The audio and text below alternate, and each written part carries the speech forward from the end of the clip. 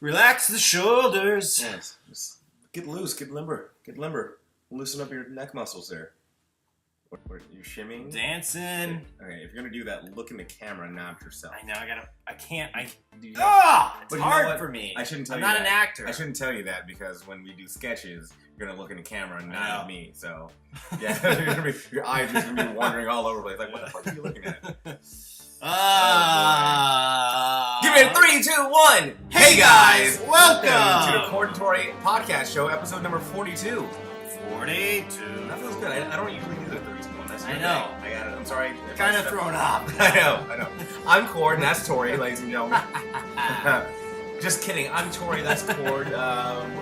Episode 42 coming to you live and unedited. What are we talking about today? From El Segundo. Mm-hmm. What are we talking about today? We're talking about... a little bit of entertainment news. Yes. There's a couple of things that we want to mention. A couple commercials we enjoyed from this past weekend Super Bowl. Now, you're a Patriots fan, right? Yes. Cool. Still am.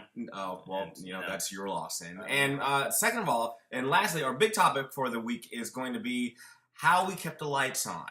Yes. How we kept the lights on, having our day jobs while we maintained our efforts to be a actor and a writer / director. Yeah, we're gonna try to consciously try to include more things about not just our craft, because that might be boring to people who don't do our stuff, but also we're pursuing something in our lives, and you might find helpful some of the things we've been through. Absolutely. Or we've had to deal with, or especially if you're now thinking about coming to LA and you aren't quite here yet. Just who knows what this will snowball into about how to survive LA traffic, or how to what type of bachelor apartments you should find. I know. What area of the Cheap city. ones. But yeah, exactly, because rent ain't cheap here. It's not in New York, but it's like the second thing to it. Oh my gosh. Yeah. Anyway, Tori, what was your favorite commercial from the Super Bowl? You know what?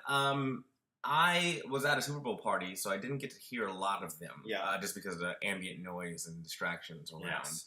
But I think my favorite one was the Anthony Hopkins TurboTax commercial. TurboTax. Where he's just sitting back and he's like, no, I don't do commercials. But if I did, it would be for Intuit TurboTax. And my favorite part of the commercial was when he said, come here, Intuit TurboTax, and the cat came running and had a t-shirt on that said TurboTax. That was pretty funny.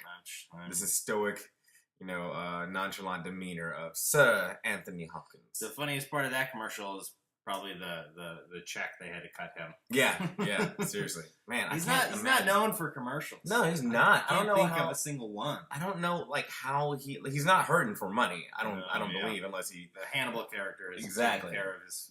But there's some more and more A-list actors that are coming to do commercials, which. Come on, guys, leave some for the rest of us. Yeah. You're already taking my TV jobs, so leave my commercials alone. I'm talking to you, Sir Don't Anthony worry Hopkins, about your Matthew McConaughey, Kevin Hart. Come on, guys. Your darn TV jobs. That's another topic for another day. Yeah, but I'm so shocked at how many TV shows. If you stop and think about it, there's thousands of TV shows right now. It's crazy. You know what it's called? It's called stunt casting. I don't understand. That's a term. It's just a term for getting a named actor for a role. Stunt casting. Oh, really? Yep. But it has nothing to do with stunts. Nothing to do with stunts or stunting work. Just the term. I don't know why. Stunt. What was your favorite commercial? My favorite commercial. Gosh, you really got the TurboTax. You got that good one there. Yeah. I guess the only one that's really coming to my mind that I didn't hate was... the William Dafoe Snickers commercial. Oh, yeah. But even that, I don't know. I'm so surprised that campaign is still running. You're not yourself when you're hungry. Eat a Snickers. It's great. I love seeing the commercials and the actors in them. But still, holy crap! I love Snickers. Yeah, good. Good. That's just I don't know. I guess I like that one. Yeah. I'm sorry. I can't blame it because, like I said, I like the campaign. Yeah, I feel like I used to watch the Super Bowl because the movie trailers. Sure. But now, correct me if I'm wrong, but didn't they used to have minute-long movie trailers back in the day? Yeah, they did, and minute-long commercials as well. Okay. Mm-hmm. I remember seeing Men in Black 1 or 2, the trailer for it, and getting so excited. Yeah. But now they're 30-second spots. Everything is hard 30 seconds. And the movie trailers, I was so excited for all these trailers. Yeah. And then it's just like, and then that's it. Well, you know what? You get nothing out of the trailer. Well, I'll probably say playing Devil's Advocate. Devil's Advocate. I like that. Devil's Advocate. A couple of reasons why they might do that. One is just leave you wanting more. No, it's just expensive. That's why. Well, yeah, but also when trailers debut online, they're like 2 minutes and 30 seconds now. So they have that online for free, whereas they can just give you a snippet on Super Bowl to get the people who haven't seen the movie trailer yet or who hadn't heard that the movie's coming out. Like, here's a quick snippet, and you can go online to see an extended version almost. I think it's just so expensive to even, or they probably don't even offer minute spots because they probably like throw whatever the reason. It's like, I don't know. It was each trailer was underwhelming. As much as I look forward to Civil War and even Teenage Mutant Ninja Turtles, like Krang and stuff. That was cool. Yeah, that was great. But it was just and then gone. Yeah. Oh well. Eyeball gone. Yeah. Well. Go see the movie and you'll see as much eyeball as he wants. Yeah. Hey, speaking about Hannibal, why is that kind of popular right now?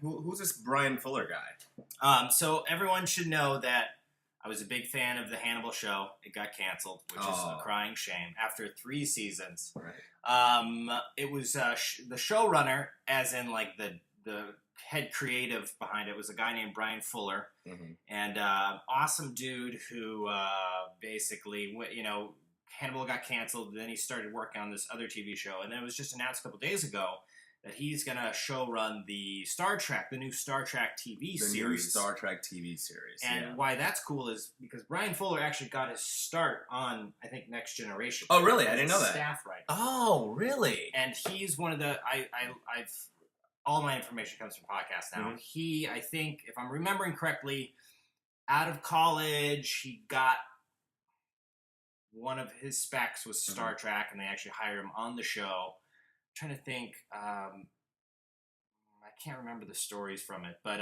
basically, he was on the show for a couple of years, and then he left and whatever. But he was an enormous Star Trek fan. Obviously, to be on that show, you'd have to be. Sure, absolutely. But now he's getting the chance to show run the series. Yeah. It's a little weird because if you watch Hannibal is the grossest show in the history of TV. On network television. Yeah. On network television. At like 9 p.m. Sure. It wasn't even that late. Yeah. Gives people nightmares. Like my people, I mean Cord. Yeah. Every episode, someone was decapitated in the worst way. And like it's all slow motion, and they show some of it, or they definitely show the bodies. Yeah, and it's like stuff that I cringed at, and I cringe at everything.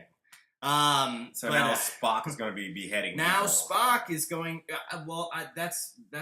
I throw it to you, Tori. What is this show about? Do you think it's going to be about?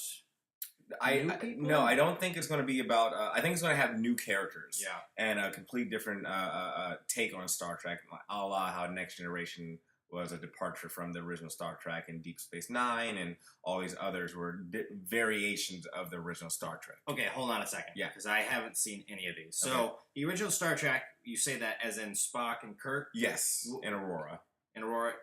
When they're like adults. Like when they're the original one, when they're in their 30s, right? Sure. Compared to our Star Trek that we see Kirk and Spock with Chris Pine. Yeah, they're in their 20s. Yeah, the new movie version from J.J. Abrams, they're like recruits almost, just out of the academy. Right. So and with the original version, they were established. And then so you're saying Picard was on. Captain Picard, Worf, Data, they were on the Next Generation. Next Generation, and then Deep Space Nine. Is that another set of new people? Deep Space Nine is with a complete new crew. Oh, who was the leader? Who I forget her name, but she was a woman captain, a female captain. Which red is hair? Kind of red hair. Yeah, I kind of remember her. Brunettish, kind of reddish. Yeah. And that was a successful show. Yeah, it was on for several seasons. Yeah. So I'm excited to see what they're going to do with this new setup, especially because they have the current movies out within the past. What came out in 2012, and the next one's coming out later on this year. Yeah. So I'm excited to see where he takes it. Gotcha. Yeah. Yeah. So did this Star Trek movies erase the timeline? Erase. What do you mean erase? Because they went back in time, right? Did that like do an X-Men? Did that wipe it clean? Well, I don't think it. It's been a long enough period of time in real time, in real life, from the original Star Trek to this new Star Trek with Captain Kirk and Aurora and Spock. Because that series was like in the 70s and 80s. Maybe even the 80s, definitely the 70s. Yeah. So that's, 3 to 4 decades that have passed. So this is kind of a remake. Or so they're going to do whatever they want with it. Exactly. Like people had forgotten literally about Not forgotten, but they're okay because it's been long enough from, literally William Shatner being Captain Kirk to Chris Pine being Captain Kirk. So it's a kind of organic reboot? Yeah. How would you... Because what would you call the X-Men reboot? Because they went back and wiped away X1, 2, and 3. I call that fixing a problem. That's what I call that. There's like, you know what, that's... a creative reboot. That's what I would call that. And then this is...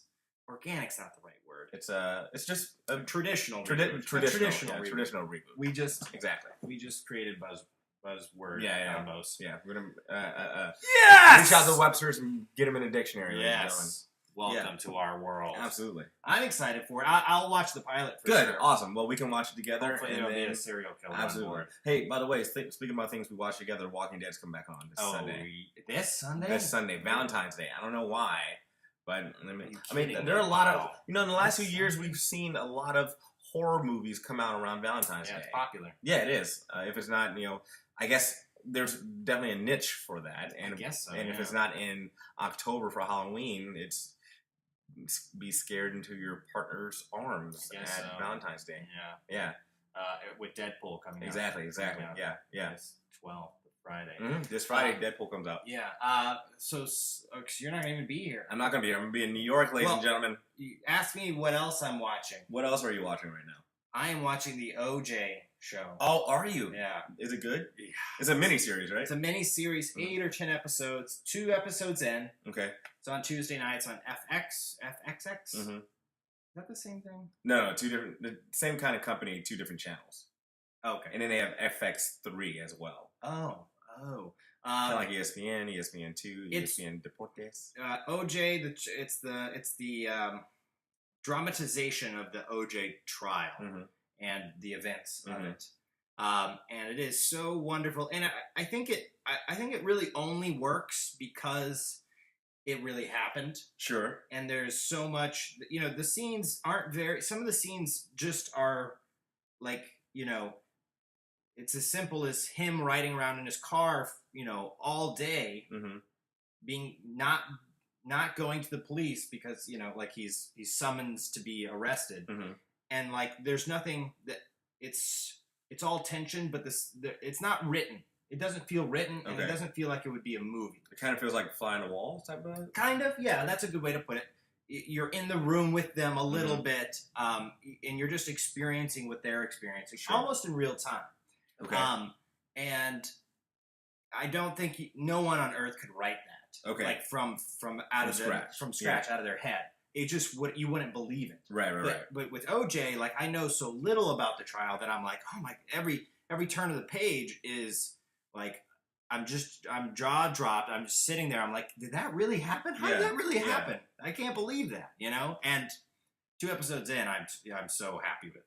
But it's kind of interesting to me that OJ is still such a prevalent topic.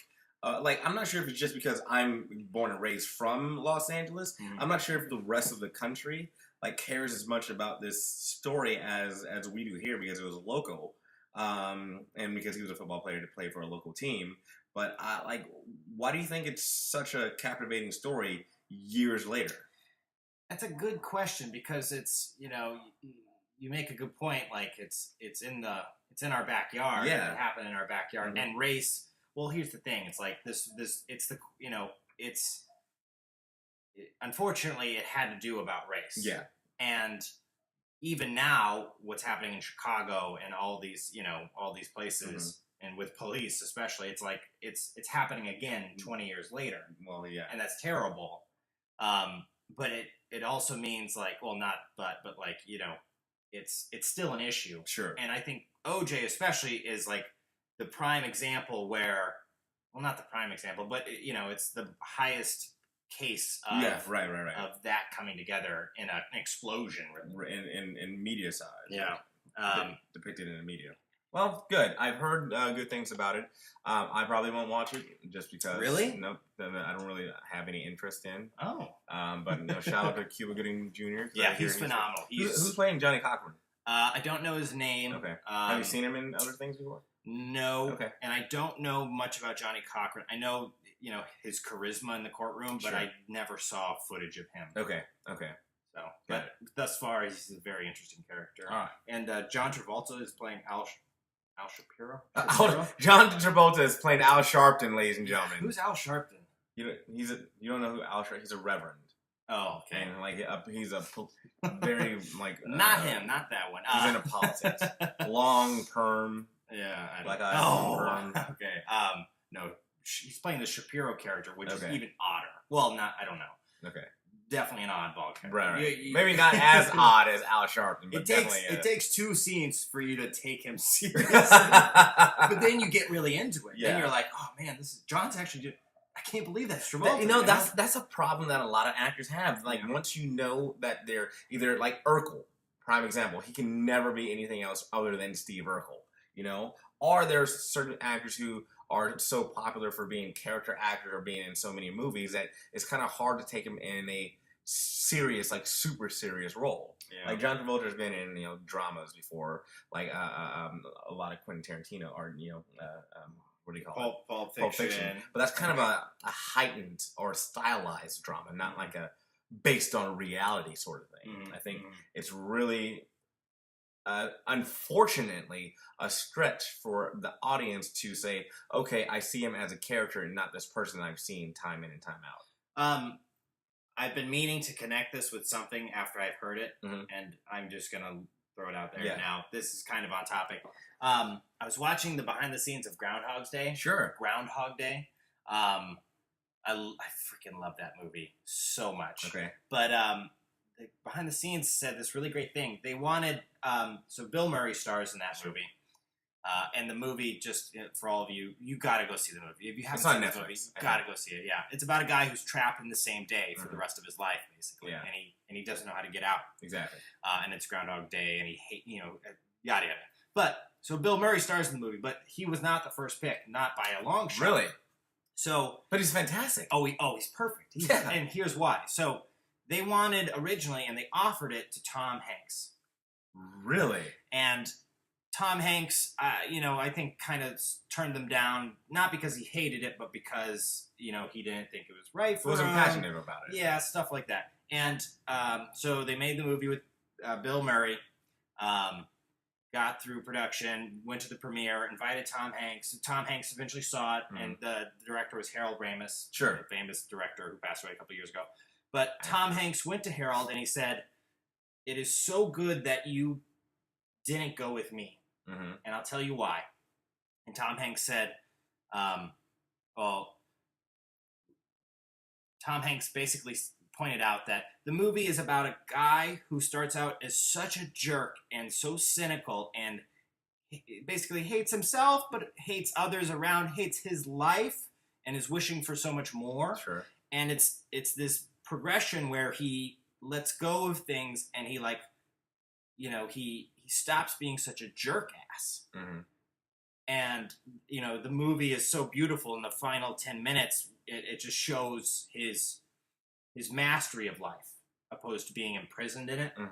And Tom Hanks said, "You never would have believed that was me. You never, I am not, everyone wants to like me." Yeah. He might have even said those words. "Everyone wants to like me, and I am super likable." Yeah. That movie wouldn't have worked with me because the audience would have started out saying, "Oh, Tom's going to get better." Yeah. Right. Bill Murray, you're like, on the other hand, you're like, "Oh God, he's horrible, but you love him, right? Horrible, and you want to see him be horrible, for 4 hours even." Yeah, there's always that fine line. You have to be able to have the audience connect and feel an emotional attachment to your character. And I do think some actors are restrained with what they can do, and it's not their fault. It has nothing to do with their skills. No, it's sometimes just their personality. It's their personality. Yeah. It's honestly, it's weird. You know, it's almost unexplainable. Exactly. I don't know what else to say. Well, that's fantastic trivia about Groundhog's Day and Tom Hanks. Yes, you're welcome, everyone. Yes. All right, guys. Going to our main topic of the show, our like survival jobs and how we kept the lights on. Now, we haven't always. It's been a journey. It's definitely been a journey. Still in progress. Yes, obviously. Yes, but it's definitely been a journey from day one to where we are now in our respective careers. And we're gonna go back and tell you guys some of our experiences, some other things that helped us keep the lights on and keep our sanity while pursuing this career that some may call harder than most other careers or mainstream or corporate careers, you know? So I'll start.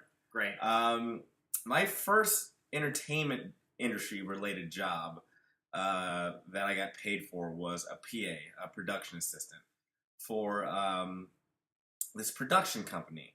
And I got it. It was my first year out of high school, and I had a teacher's assistant at my high school who I knew from taking the TV production class, and it was my first semester. I was taking a semester at a junior college. My winter quarter came up, and he called me. He said, "Hey, Tory, do you want a PA for this production company? You're looking for a PA." I'm like, "I've never done it before, but sure, I'd love to. It's my winter quarter. I don't have anything to do. I can make some money. Why not?" So it said it's a 2-week production. Great.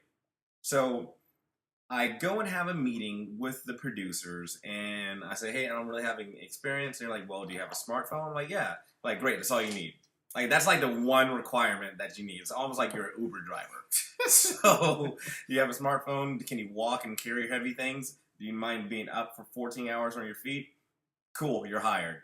So, my first day, they're shooting this pilot, right? It's like an independent a pilot for only this production company. They're going to shop around the networks. So it wasn't like a Fox or a CBS or a CW pilot. Gotcha. It was their own work. So they told me when I interviewed, first day, you're going to show up at 8 a.m., help set things up. Then you're going to leave to go get coffee and bagels. I'm like, great, that sounds fantastic. So I show up on that Monday, first day of production. I help load in stuff and put things where they're going. And the producer says, "Hey, here's $100 petty cash. Bring me back the change. Go to Starbucks, get a Traveler, which is a big coffee unit, and get 10 bagels and 10 cream cheeses." I'm like, "Great, thanks. See you later." So I look up on my smartphone and I see there's a Starbucks within 6 blocks. Yeah. So I drive over there and I get a Traveler. And I say, "Hey, great, can I also get 6," I'm looking at my list, I'm like, "Can I get 10 bagels and 10 cream cheeses?" They're like, "Well, you know what, we only have 6.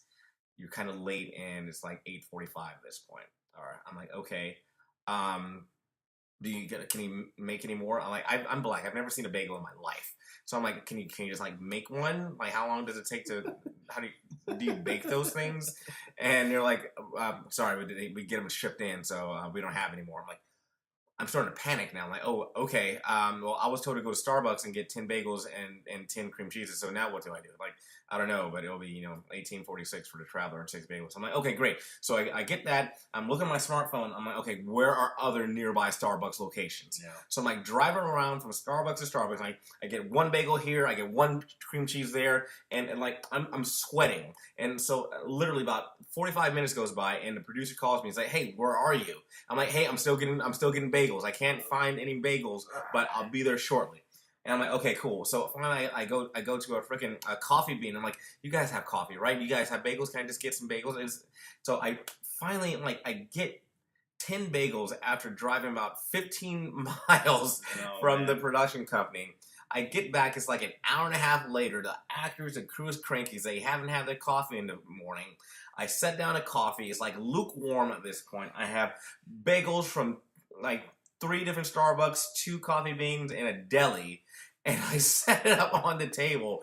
And there's 2 producers. One's a full-blooded Italian guy. And dude, we got to fire this guy. And then the other producer is like, well, let me talk to him. We'll settle this thing out. So he pulls me to the side and says, Tori, what happened? I'm like, dude, you told me to go to Starbucks and get 10 bagels and 10 cream cheeses, and they only had 6 in the first location. I was looking up on my smartphone, and this is back when like the original like Windows they only had Windows smartphones, and they only had like 2G at the moment, so it's almost like dial-up days in the Stone Age of smartphones. And I'm like, I couldn't find any more Starbucks that had bagels and cream cheese. He was like, there's a Rouse right across the street from where we are. Why didn't you just go there? I said, because you said Starbucks! Yeah. And so he said, all right, well, you know what? Lesson learned. Joey wanted me to fire you. I said, you know, let's give this kid a break. Let's give him another chance. He's overwhelmed. And we did say get 10 bagels and 10 cream cheeses from Starbucks. But that probably wasn't the smartest decision on your part. But you know what? Lesson learned. First day, my first day, I didn't have a great time either. Just tomorrow, just go to Rouse. I'm like, you know what? Done deal. Thank you for still giving me this job. And that was my first day on set. That's great. Yeah. Did you, then get fired for another reason? No. I stayed on. Yeah. I stayed on, and it was it was my first production gig, and it was supposed to be a 2-week shoot. And then at the end of 2 weeks, I'm like, all right, guys, see you later. Peace out. And they're like, wait, where are you going? We still have more content to shoot. I'm like, oh yeah? He's like, yeah, we got a whole bunch of sketches. I'm like, okay. Well, you know, I have another week for my winter quarter, so I'll stay on for a week. And lo and behold, I didn't know that I was working for Damon Wayans' production company the entire time. Oh, cool. So after that week was over, I'm like, this is really fun. So he was shooting with his son, some other of the Wayanses, and they had just like recently wrapped their. It was only on for one season on Showtime, but it was called The Underground, another sketch comedy show. And this was back in January 2007. Oh my gosh! Wow. Yeah, and they're like, you know what? It's right when like YouTube and Crackle and Laugh or Die were getting big, just in beginning stages. And he was like, you know what? We want to make an In Living Color 2.0 and put it online for online sketches. Yeah, cool. So I'm like, yeah, I'll stick around here. I went to school part-time and worked as a PA then. And then since I stuck around there, I worked my way up from production assistant to editorial assistant, and then went to a producer's assistant as well. I stayed there for about on and off for about 2 different years, because 2 years, because I had a couple of internships I went and did as well. Yeah. Wow. Yeah. Did you know that? I knew you worked for the Wayans. Yeah. I didn't know. But that's how I got started. So again, my first day was horrible. I think a lot of times your first day as a PA is terrible, but stick with it, guys, because I learned so much from being PA. I went from production company to production company. Luckily, with some great names, I got so much experience. I met Cord. We'll talk about this a little bit later, but we worked for Spike Jones. I worked for Damon Wayans.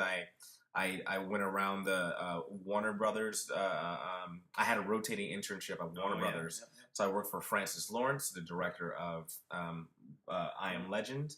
I know Zack Snyder and his production company. I PA'd there. The feature post-production department in general at Warner Brothers. So I think if you move out here and you just need to do something quick, I think being a production assistant is great, because one, you get to learn the city because you're driving all over, like getting things, picking up items, going to and getting different parks and for different production houses, grocery shopping, and you just get to know so much experience. If you know that you want to be in the entertainment industry but don't know what specific department, if you want to go in art or electrical or be a prop master, you get to see literally everything that there is on a production set just by being a production assistant. It's hard work. You're going to be up for hours upon hours, but I think it's incredibly worth it. Yeah. All right, so I'll just echo what Tory basically said, and basically, it's an awesome education, and an education that you get paid for in a sense. You're not making a lot of money, and you're at times doing things that you kind of say to yourself, I am learning nothing by sitting here on this street corner trying to steer bums away from this angle that might be shot intermittently over the next 4 hours. In the background, in the second unit. Yes. There are times like those when you're just like, I could walk away right now, and like everything would be fine. There are times in which you say to yourself, you know what? That guy spinning a sign on his fingers looks like he's having way more fun than I am right now. Telling people to come here and get your taxes done. I will be devil's advocate just for a moment. Being a PA is a great education, but I feel like you should really set, don't make a bunch of plans or anything, but you can quickly say to yourself, oh, I'm a PA and I'm making movies and that satisfies my creative urge. And if that's true, that's true. But, what I noticed is like I would be on set and people would say, oh, what do you want to do, Cord? What are you doing? And I would say, I want to direct. Sure. That translated to them, they thought I meant I want to be an AD. Right. An assistant director. Right, which is basically a stage manager of the entire set. Yeah, that's a great way to put it. But what I meant was I want to be Spike Jonze. Right. I don't, and I was being a little naive probably, but that was the honest truth. And after a while, I had to say to myself, okay, I have to A, I'm not really having fun anymore. B, while doing production work. Yeah. Okay. A, I'm not having fun with it anymore. B, the hours are literally 12 to 15 hour days every day. Not once a week. Every shift is 12 hours with less than an 8-hour turnaround. Yeah, and I'm not saying that's too much work. That's just how a movie set functions. Yeah, what I'm saying is that's way less free time. Mm-hmm. And once I got regular jobs, I noticed that I could actually be way more productive. Yeah. And it stinks because you lose grasp a little bit on the industry, a little bit, not too much, never enough to say, oh, I should, work on a set. But, it's important. Once you do walk away from the industry, you got to remember, keep your contacts, check in with those your buddies on set, the actors you meet. I got to say that like 3 times over. Yeah. Keep in touch with the contacts. Keep in touch with the contacts. Keep in touch with the contacts. Yeah. Man, there's so many people that I have not kept in touch with that have blossomed and who are freaking movie stars. We both know when we worked with Andrew Garfield before he was Spider-Man. Yeah. And, you should have played ping pong with him. Yeah, I still probably have his now disconnected phone number. Yeah, we should text him right now. Yeah, and we said, hey, let's go play basketball. He actually said, hey, you want to go play basketball sometime? I'm sure. Oh. And I'm I just never. I didn't know he invited us. Yeah. I thought it was your idea. No, he invited us. Son of a bitch. Yeah. Andrew Garfield is awesome. Yeah, he was a cool guy. What a down-to-earth dude he was. Back then, at least. But he was... I'm sure he's fine. He's probably cool. He's probably still... He was living in, some shitty, crappy apartment in West Hollywood. Oh, this is a funny story. PA Nightmare. My job on that shoot was to... I was Andrew's assistant. And I'm talking... This was a multi-million-dollar vodka short film directed by Spike Jonze. Mm-hmm. You heard me right. Vodka's Absolute sponsored this short film for millions of dollars that Spike Jonze would direct. It was about robots, and Andrew Garfield was the star of it. Mm-hmm. My job was I was Andrew's assistant, and I basically had to just pick him up in the morning. That was my job. Yeah. Shoot day 1. Pick up Andrew, bring him to set. I get to Andrew's. I text him before I leave. I'm like, hey, dude, I'm coming right now. I'll be there in 30 minutes. I get to his apartment. I haven't heard anything. I get to his apartment. I'm out front. Haven't heard anything. I'm like, hey, dude, I'm out front of your apartment. I'm right here. Blue Corolla, right here. 10 minutes go by. I text again. I call him. No one picks up. I call him again. And so as a PA, you're just like, I have screwed up somehow. Yeah. Sure, it's his fault for not telling me something here, but I'm going to get fired. You know that you are the absolute lowest totem on the totem pole. Yeah. And you have no... You're the ground. Yeah, you have no weight to pull whatsoever. Yeah. So I'm freaking out. And then but this is the PA. Once a person stresses out, they don't think right. You just unravel. You make things worse. Yeah. Luckily, I calmed down and I called our friend Russell, who was on set already. I was like, Russell, dude, I can't find Andrew. Russell's like, Andrew's here, dude. I'm like, what the fuck do you mean? And Andrew Garfield was riding a scooter at the time. A moped. Really? So he must have just ignored my text, jumped on a scooter, and was on set by the time I got to his house in the first place. And then when he's on set, he turns off his phone. He doesn't want to be bothered. So I'm like, for an hour, just sweating bullets outside of his apartment when he's like already in front of the camera. Yeah. Has no idea that Cord even exists. Yeah. At this point. And you know, as the PA, you can't bitch him out or anything. No. You know, you're just like, oh, you're taking your scooter. Okay, I don't need to pick you up. All right, that's cool. Yeah, but let me know about tomorrow though, because I don't want this happening again. What was your first day on set on a production job? That was on Susie Anessa's. I think I butchered that. Susie Anessi's feature film reshoots for Dear Lemon Lima. Okay. Which was Spencer Crossland's wife. Okay. Not at the time. Sure. And Chris Stenson got me that job. Okay. It was my third day in Los Angeles. Third day in Los Angeles. So just days before meeting you. Mm-hmm. And literally third day in Los Angeles, free gig. Me and I met a lot of people that day. I'm trying to think. Pause right there. Yeah. You said that you worked for free. Yes. A lot of people, there are a lot of production companies, a lot of productions that say, hey, come work for the experience. Mm-hmm. It's kind of equivalent how actors work for an IMDb credit. Yeah. Kind of. Be careful with that because there are certain companies which will not just take advantage of you, but make you do things that are borderline illegal. Mm-hmm. Kind of like the whole internship fiasco is going on with a lot of studios. How like unpaid internships aren't like legal, and like basically you're just literally taking out. Or some interns were complaining that they're just taking out. They were there to take out trash, and that's it. And make copies. Yeah, and make copies. Whereas they should be getting experience for the college and college credit. Yeah. But they weren't doing that, especially as being unpaid. So be careful. Like there are certain things that you can do to gain experience, but once you get on set and see what the atmosphere is and what the job entails, don't be afraid to say, you know what, this isn't for me. I'm going to quit. Please, good luck finding another person to replace me. Yeah. And trust me, they won't have any issue finding someone else to replace you. Yeah, and no matter what, like the famous line, "You'll never work in this town again." Like that's a pretty small scale example of it, but there are wackos out there that will like throw that crap at you. Yeah. Don't be intimidated. That line gets thrown around every goddamn day. Yeah. Spielberg hears that line every day, probably. Yeah. No, that's totally not right. He probably says that to a bunch of people. Right, yeah, but doesn't. Because look at it this way.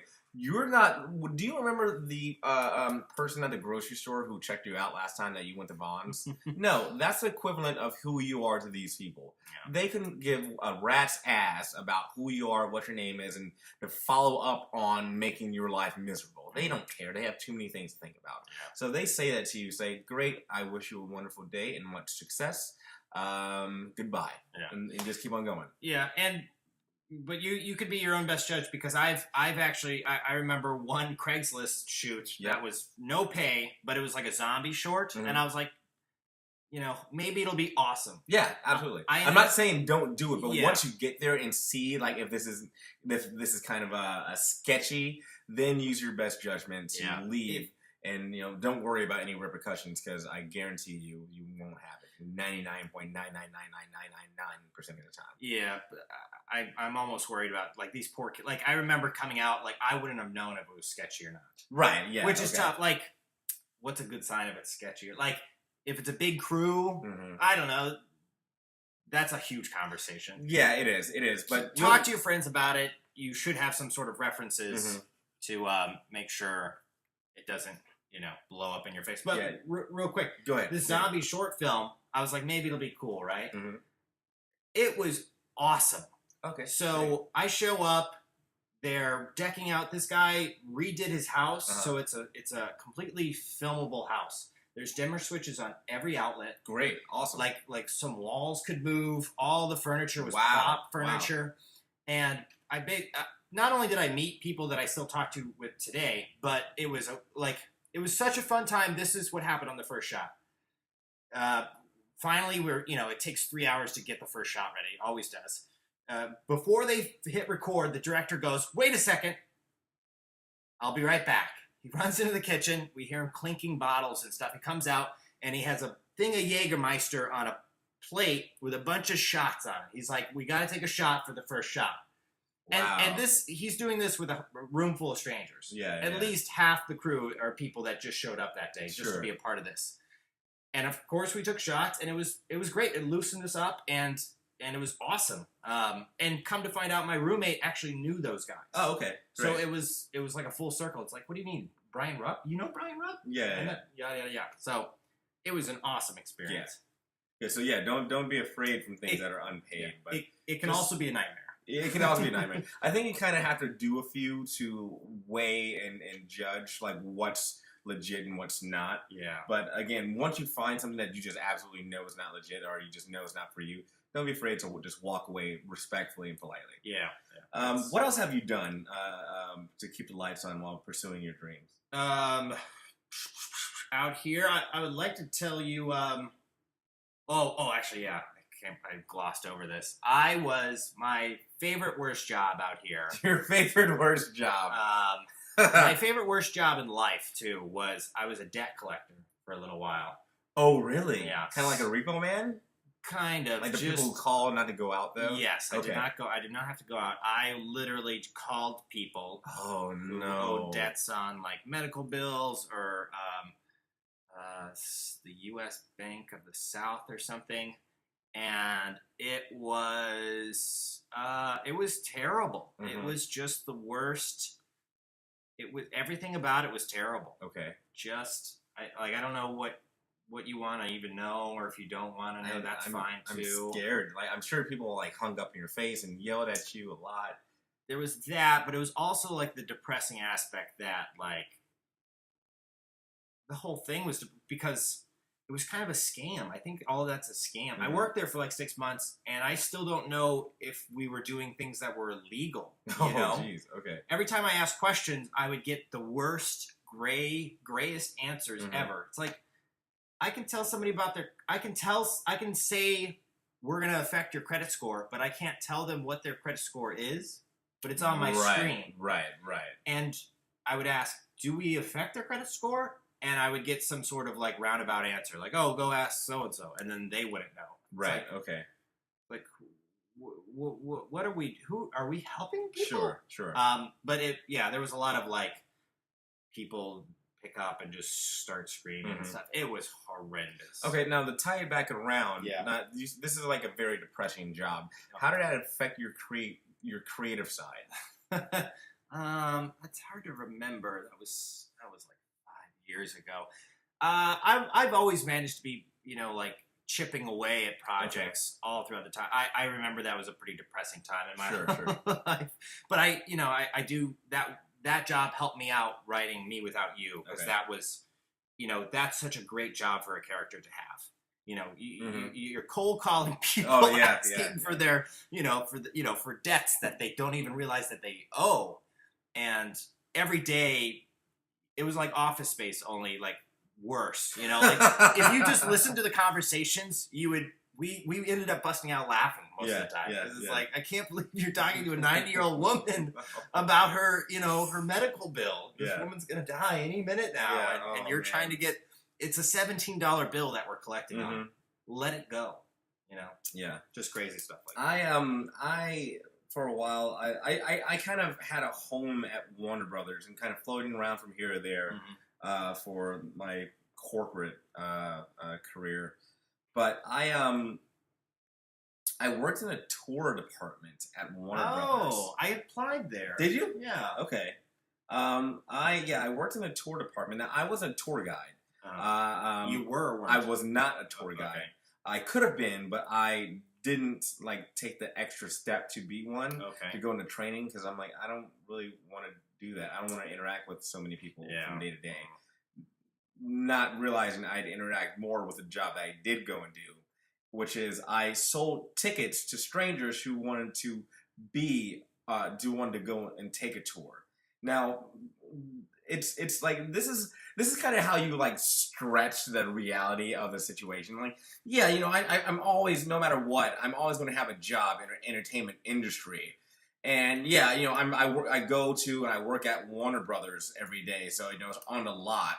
But yet I just sell tickets for the tour to strangers, and that was, that's definitely a stretch. And I literally, people would come up and say, next, it's just a conveyor belt of people say, I want to take the 12 o'clock tour. Well, the 12 o'clock tour is full. You can take the 12:40, 40 minutes later. Well, what are we going to do for those 40 minutes? Well, there's a Taco Bell right across the street. You can go to downtown Burbank, go to the mall, and yada, yada, yada. It's just, I kind of say it's in the entertainment industry by proximity. Yeah. It's kind of like, if you work at the Taco Bell across the street from Warner Brothers, you still get to see Warner Brothers in the things going on there. Yeah. I didn't really have any, like, I get to see the lobby, and they would like put up different exhibits from the movies that came out from time to time. So 1 minute Harry Potter would be up there, and then the next minute that would be something from Big Bang Theory or any other thing that Warner Brothers produces. So it's kind of in the realm of the entertainment industry, but man, it's such a stretch. Yeah. Such a stretch. I mean, but then again, I had to keep the lights on. Granted, I was driving from Inglewood to Burbank from every day, and I would spend half my paycheck in gas just getting there, so it probably wasn't the best idea, but I just had to be connected to the entertainment industry some way, somehow. I could have gone down the street and worked at Kentucky Fried Chicken, but that would have been, again, not in the proximity of the entertainment industry, so I just had to be around it somehow. Yeah. If it's all right with you, I'd like to make the point that, and I personally struggled with this for a long time, and I would like to help people who are struggling with it now. Yeah. Like, we tend to have this need where it's like, oh, I don't want to, like, become disconnected with Yeah, this. exactly. And that's a very painful thing. But you got to realize that, your work is really, like, yes, you should be on a set and PA and get to know people and stuff. Mm-hmm. And if you have a job that you don't absolutely hate where you stay connected, stay at that job by all means. Sure. But if you're, like, my life got, insanely more happy and productive and more effective when I stopped PAing. Yeah. Because I hated it so much, but I was so torn to the idea of, like, oh, I gotta stay connected with these people. Yeah. But I wasn't, like, I was doing both things a disservice. I wasn't a good person, a pleasant person to be around. I wasn't doing good work. I didn't like the work I was doing, and I didn't have time to be creative. Yeah. I got other jobs where I was like, oh my God, I can spend 4 hours. I'm home now. I can spend hours working on this. And, like, that struggle was one of the hardest things I ever dealt with in my life. Mm-hmm. Because I felt like I was giving up in a way. But look, you're not giving up. If you're doing what you're doing, if you're still working on your craft, if you're still producing, you're not giving up at all. Exactly. Don't for a second. Don't let anybody tell you are. Don't let any sort of fear cloud your judgment. Keep working on your thing and do what makes you happiest. Yeah. And your work will emerge and mature and keep going forward. Exactly. And to kind of wrap up this whole section, the last job I had, as for bouncing around from here to there, I realized during this time I wasn't working on my craft at all. Mm-hmm. I wasn't taking classes. I wasn't like meeting up with friends and reading scripts or just reading plays aloud or anything like that. Yeah. So I'm like, what do I want to do in life? What makes me happy? What do I feel I am put here on earth to do? I'm put here on earth to entertain. I am an actor. I have trained to be from high school. I need to get back to it in my adulthood. So I was on unemployment for a while, and unemployment isn't necessarily a bad thing. It's not a bad thing. I hope for it every day. Yeah, exactly. It's not. Well, a quick tangent. Unemployment, especially for a creative, can be one of the best things in life because you have all day to do everything you can to work on your craft to be a better whatever you are, actor, director, writer, whatever it is. You have all day to work on your craft, and that's you should never ever feel bad about being on unemployment. You have to take that as a gift to work on what you need to work on while still trying to find a way to keep the lights on, but it is a gift and can definitely be a much needed break from the lack of creative vibe that you haven't been experiencing in the while at your last job, and a much needed relief from the depression of being stuck somewhere or feeling like you're stuck and not moving in a direction that you need to be going towards or that you want to move towards. But anyway, I was on unemployment. I'm like, what do I want to do? I want to be an actor. Fine.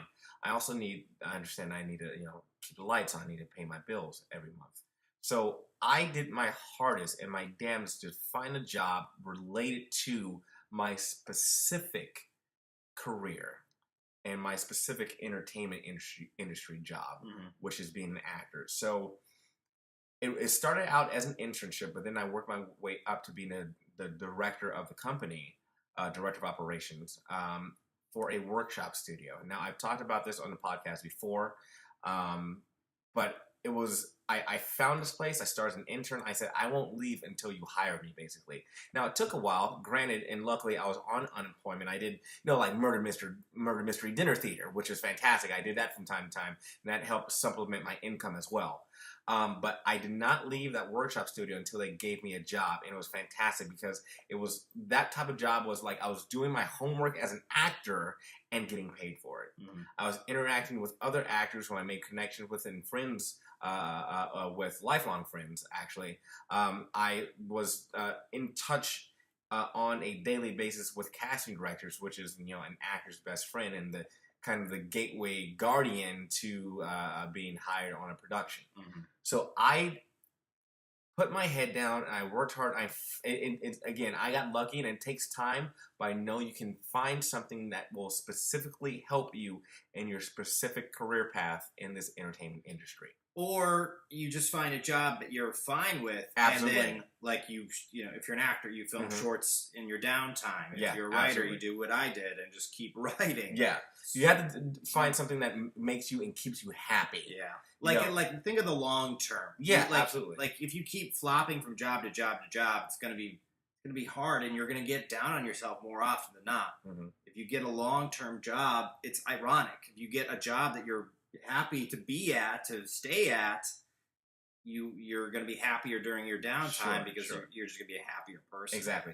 But again, there's the caveat with that, and there's a pit that you can fall into, is you can be you get content after you stay there for a while. So you finally, like, let's say you're unemployment, you finally find a job that's that you don't mind doing. Like you can be a quality checker for Mattel, let's say. Like you make sure that the Barbie arms are on the body and don't just fall off. Yeah. It's not it doesn't take a rocket scientist to do that job. It's mindless, and you don't have to think about it, and you can go home at 5 o'clock and don't have to be back till 9 o'clock the next morning, and you have all this time to work on your career.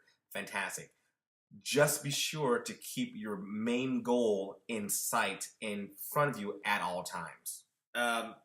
Like the rule that I have that I've read everywhere, it's like every day you got to take a step towards it. And that's a great way to ensure that you don't get content and just start and go in this direction where you should be going, in this direction towards your career. Chris Pratt, another callback to Chris Pratt. Chris Pratt has a quote. I'm sure he didn't come up with it, but if you have a plan B, there's no sense in having a plan A. Or excuse me, if you're working on your plan B, it might as well be your plan A. Does that make sense? Yeah. So if you're working on your plan A, no reason to have a plan B, kind of sort of thing. Yeah. But anyway, that's kind of a what we've done in our pursuit of our respective careers, ladies and gentlemen. From being an actor and a writer director, and again, we're enjoying I'm enjoying the process. I am, now I am. Yeah, it's again, everyone has ups and downs and gets in ruts, and but you just have to keep in mind the overall goal. The long-term goal and the short-term goal, but the overall goal onto how to achieve your dreams. And it's like I think kind of everything in life. It's tough if you especially if you don't grow up in a rich with a silver spoon on your plate or a spoon. Silver spoon. Yeah. Those or to play devil's advocate, ladies and gentlemen. Yeah, nepotism helps a lot. It does, absolutely. But again, it's a struggle. But I think you have to enjoy the process, or else find something else that you can do. Yeah. Because if this is such a hard industry to make it in, no matter what you want to be, the hothead studio executive for a movie studio, or an actor, or the best makeup and hair person to win an Academy Award, whatever it is. It's tough no matter what it is, but you have to enjoy the process and just keep yourself happy. Yep. Keep yourself happy. Life's a journey, not a destination. Exactly. What is that from?